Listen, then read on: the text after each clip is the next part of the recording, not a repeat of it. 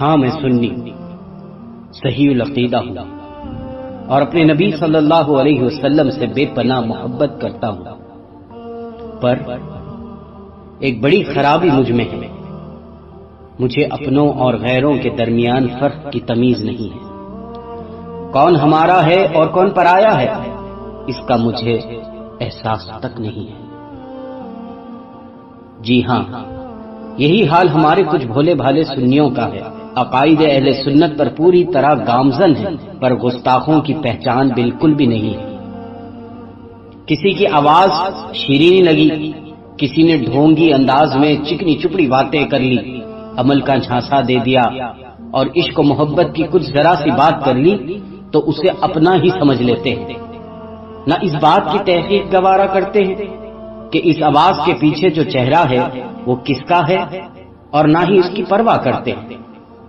افسوس، کتنے ایسے سنی ہیں جو تبلیغی، دیوبندی، وہابی ان ملاؤں کے بیانات سنتے ہیں، خواہ وہ طارق جمیل ہو، وہ اسرار احمد ہو، وہ ذاکر نائک ہو یا مفتی مینک ہو یا کوئی ایرا غیرہ ہو، انہیں کبھی اس بات کی پرواہ بھی نہیں ہوتی کہ ان بدبختوں کے بنیادی عقائد کتنے خراب ہیں، ان کی پیروی کرنا، ان کو سننا ان کے لیے کتنا نقصان دہ ہو سکتا ہے۔ طارق جمیل ہی کو لے لیجئے، اس کے ڈھونگی انداز اور جال ساز بیانات کو سن کے لوگ سمجھتے ہیں کہ کتنا اچھا بیان کرتا ہے، رو رو کے بیان کرتا ہے، اللہ رسول کی بات کرتا ہے۔ نہ جانے اس کے فریب میں کتنے سنی گرفتار ہیں، جبکہ اس بدبخت نے جاں بجاں اپنی تقاریر میں گستاخانہ جملے استعمال کیے ہیں، نقل کفر نباشد، کہیں نبی پاک صلی اللہ علیہ وسلم کو معاذ اللہ فقیر کے لفظ سے یاد کرتا ہے، تو کہیں امام حسین، امام علی مقام رضی اللہ تعالیٰ عنہ کو پاگل کے لفظ سے یاد کرتا ہے، کہیں فاروق اعظم کو معاذ اللہ بھیگی بلی کہتا ہے، تو کہیں خلیل اللہ ابراہیم علیہ السلام اور کلیم اللہ موسیٰ علیہ السلام کی شان میں بھی گستاخانہ الفاظ اور مذاق بناتا ہے۔ زمین پہ ٹکا دے، وَصَلَّهُ لِلْجَبِينَ، اسماعیل کی وصیت کو قرآن بیان کر رہا ہے، ماتھا زمین پہ رکھنا، سر اوپر نہ ہو، چہرہ اوپر نہ ہو، نظروں سے نظریں ٹکرا کر کہیں تیرا ہاتھ نہ کانپے۔ ہے 94 سال کا بڈھا تو مرغی نہیں ذبح کر سکتا، 94 سال کا بڈھا تو مرغی نہیں ذبح کر سکتا، یہ بچے کے ہاتھ باندھ رہا ہے اور پاؤں باندھ رہا ہے، پھر اسے بکری کی طرح زمین پہ لٹایا، پھر گھٹنا اس کی کمر پہ 84 سال کی عمر میں،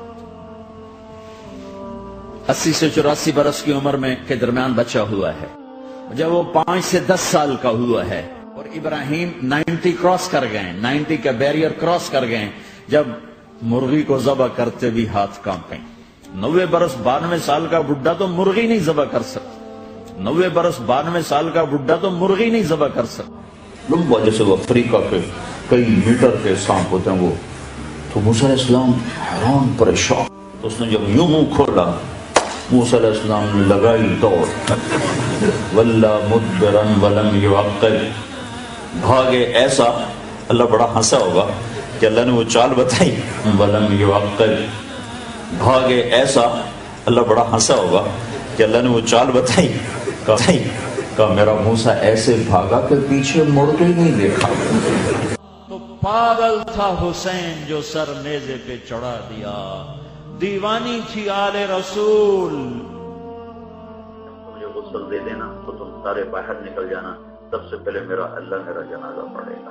تو میں نے جب اس کو آسمانوں پہ بلایا تو میں خود زمین پہ آیا اس کو ساتھ لے جانے کے لیے۔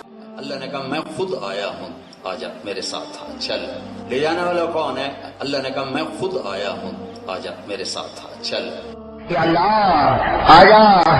آجا ہماری ضد مان لے، تو ہمارے سامنے ہوتا اور تیرے پاؤں پکڑ لیتے، اور تو سے چمٹ جاتے، ہم ضد کرتے ہیں، ہم روتے دھوتے، ہم لوٹ پوٹ ہوتے ہیں تیرے آگے پیچھے، یا اللہ ہم شور مچاتے ہیں، اب بھی ہم اپنے ایمان کے تصور میں تیرے ہی قدموں میں گرے پڑے ہیں، تیرا ہی دامن تھام رہے ہیں، ہمیں اپنی جھولی میں چھپا لے۔ نعوذ باللہ من ذالک۔ پھر بھی ہمارے سنی ہیں کہ آئے دن سوشل میڈیا پر اسی جاہل کے بیانات سنتے ہیں اور آگے بھی فارورڈ کر دیتے. ارے جس شخص کو اپنے رب عز و جل پر بنیادی عقائد کی صحیح تعلیم نہیں ہے، وہ تمہیں کیا خاک سیدھے راستے کا درس دے گا؟ جو یہ کہتا ہو کہ معراج کی شب خدا زمین پر اپنے نبی کو لینے آیا تھا اور بار بار اپنی دعاؤں میں خدا کو آجا آجا کہہ کے زمین پر بلاتا ہو اور کہتا ہو کہ تو سامنے ہوتا تو ہم تیرے پاؤں پکڑ لیتے، نہ جانے اس نے کس کو خدا مان رکھا ہے اور کون ہے جس کو یہ بار بار بلا رہا ہے. قرآن کی بھی تو اس کو کوئی عظمت نہیں ہے. دیکھا نہیں آپ نے کس طرح اپنے چیلے چپاٹوں کے ساتھ بیٹھ کر قرآن کی آیتوں کا مذاق بنا کر خوب ہنسی اور ٹھٹا اڑایا جا رہا تھا. یاد رہے کہ قرآن آیت پر مذاق کرنا یا آیتوں کو بطور لطیفہ مذاق سے پیش کرنا، استعمال کرنا، یہ کفر ہے. ارے علماء اہل سنت نے بار بار اس کی گستاخیوں سے ہمیں آگاہ کیا، اس کے ویڈیو کلپس اور آڈیوز بھی ہمارے سامنے رکھے، پھر بھی نہ جانے ان بھولے بھالے سنیوں کی آنکھوں پر کون سی پٹی بندھی ہوئی ہے. سب دیکھتے ہوئے جانتے ہوئے بھی انجان ہیں. ہاں شاید آنکھوں پر کوئی پٹی ہی بندھی ہوگی، کیونکہ طارق جمیل کے بیان سننے سے پہلے اس کی شکل کو اگر ذرا غور سے دیکھ لیتے تو سمجھ میں آ جاتا کہ اس کا چہرہ مقبول ہے یا مردود.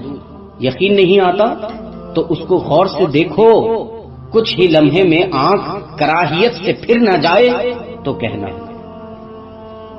ہمارے لیے طارق جمیل کا بائیکاٹ کرنے کے لیے بس یہی وجہ کافی تھی کہ اس کا تعلق اس جماعت سے ہے جس کے اکابرین نے اللہ اور اس کے رسول صلی اللہ علیہ وسلم کی شان میں بے حد گستاخیاں کی ہیں.